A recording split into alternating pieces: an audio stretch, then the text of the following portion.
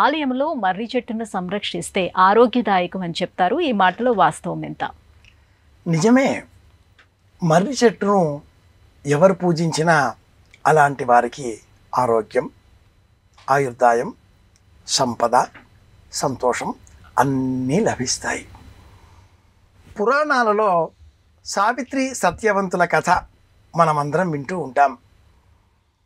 యమధర్మరాజును సైతం ధిక్కరించి, ఎదిరించి, ప్రశ్నించి, వేధించి తన భర్త ప్రాణాలను తిరిగి తాను సాధించుకున్న ఈ సావిత్రి కథనం వృత్తాంతంలో ఆ సత్యవంతుడు మర్రి చెట్టును భేదించే ప్రయత్నం చేశాడు, కొమ్మలు కొట్టే ప్రయత్నం చేశాడు.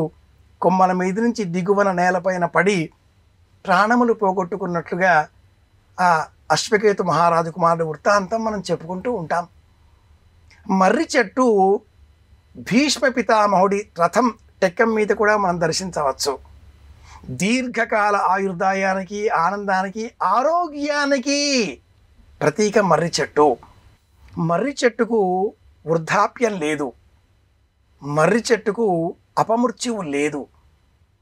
మూలమైన ఆ కాండం అలా పెరిగిన అనంతరం కొమ్మల మీద నుంచి మళ్ళీ ఊడలు నేలజారి వంశాభివృద్ధికరంగా ప్రధానమైనటువంటి తండ్రి, తాత, ముత్తాత వంశం, ఆ వంశానికి సంబంధించిన కుమారులు, కుమార్తెలు, మనుమలు, మనుమరాండ్లు ఇలా ఏర్పడేటటువంటి ఆ ఊడల రూపంలో ఒక వంశానికి సంబంధించిన విస్తృతమైన రూపం వంశవృక్షంగా ఈ మర్రి చెట్టునే, వటవృక్షాన్నే సంప్రదాయం సూచిస్తుంది.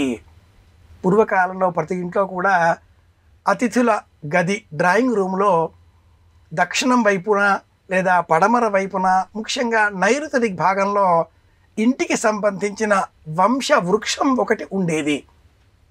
బ్రహ్మము, మూల పురుషుడు, ఆ వంశానికి సంబంధించిన ముత్తాత, తాత, అనుతాత, ఇనుతాత, ముత్తాత, తాత, తండ్రి, కుమారుడు, ఇలా కనీసంలో 5 వంశాల పేర్లైనా తెలిసేటట్లుగా అనుతాత, ఇనుతాత, ముత్తాత, ఈ అన్ని పేర్లు మర్రి చెట్టు రూపంలో ఉండేవి. బోరగిలా ఉండేటటువంటి మర్రి చెట్టును ఒకటి చిత్రించి కొమ్మలు దిగువన వేస్తూ ఆ కొమ్మలలో, ఊడలలో పిల్లల పేర్లు వ్రాసేటటువంటి వారు. ఇలాంటి మర్రి చెట్టు ఇంటికి దక్షిణం వైపున పెరిగితే శ్రేయస్సు, ఇంటిలోన పెరగకూడదు, ఇది నష్టం కలిగించే అంశం.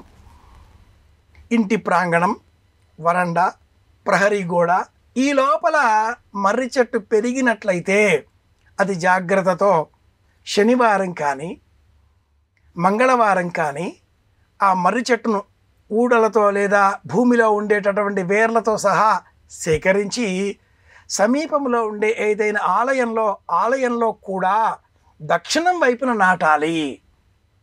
అలా చేసి సంరక్షణ చేసినట్లయితే అలా చేసిన వారికి వటవృక్ష రూపంలో అనేక ఆశీర్వాదములు లభిస్తాయి. ఆనందకరంగా ఆ కుటుంబం వృద్ధి చెందుతుంది. ఏదైనా గృహంలో పిల్లలు విదేశాలలో ఉన్నారు, ఒకరు ఇద్దరు చాలా ఇబ్బందికరంగా ఉన్న నేపథ్యం అనుకున్నప్పుడు అలాంటి వారంతా వంశాభివృద్ధికరంగా ఆలయాలలో దక్షిణం వైపున లేదా ఇంటికి సంబంధించి రహదారులు, బాట అనేవి ఉన్నప్పుడు దూరంగా దక్షిణం వైపు ఉండేటటువంటి రాజబాటలలో, రహదారులలో మర్రి చెట్ల పెంపకం చేయబడితే అలాంటి వారికి వంశాభివృద్ధికరం అని కూడా శాస్త్రం చెబుతుంది.